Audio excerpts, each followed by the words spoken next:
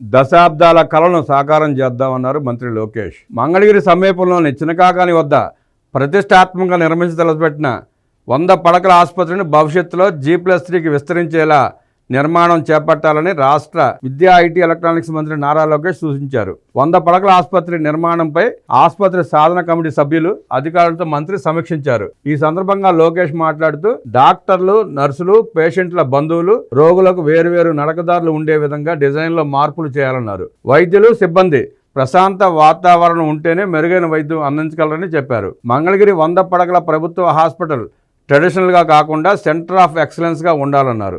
Mangalagiri hospital నిర్మాణం ఈ ప్రాంత వాసుల దశాబ్దాల కళని ఎట్టి పరిస్థితుల్లో నాణ్యత విషయంలో రాజీ పడవద్దని ఆదేశించారు. ఇటీవల కాలంలో డ్రగ్ అడిక్షన్ కేసులు ఎక్కువగా వస్తున్నందున ఆసుపత్రిలో ప్రత్యేకంగా డీ అడిక్షన్ సెంటర్ను కూడా ఏర్పాటు చేయాలని సూచించారు. ఫ్యామిలీ మెడిసిన్, ప్రివెంటివ్ మెడిసిన్ విభాగాలను కూడా ఏర్పాటు చేసేందుకు ప్రత్యేక గదులు నిర్మించాలన్నారు. సాధన కమిటీ సూచనల మేరకు డిజైన్లో పలు మార్పులు, చేర్పులు చేశారు. ఈ కార్యక్రమంలో APSMIDC chairman Chillapalli Srinivasarao, Mangalagiri municipal commissioner Haleem Basha, SI Chittibabu, Mangalagiri ప్రభుత్వ ఆసుపత్రి సూపరింటెండెంట్ స్నేహరాజ్, హాస్పిటల్ అభివృద్ధి కమిటీ సభ్యులు మాజేటి వంశీకృష్ణ, మాగంటి ప్రసాద్, రాజు నాయుడు, భారతీదేవి, సాయి ప్రసాద్ తదితరులు పాల్గొన్నారు.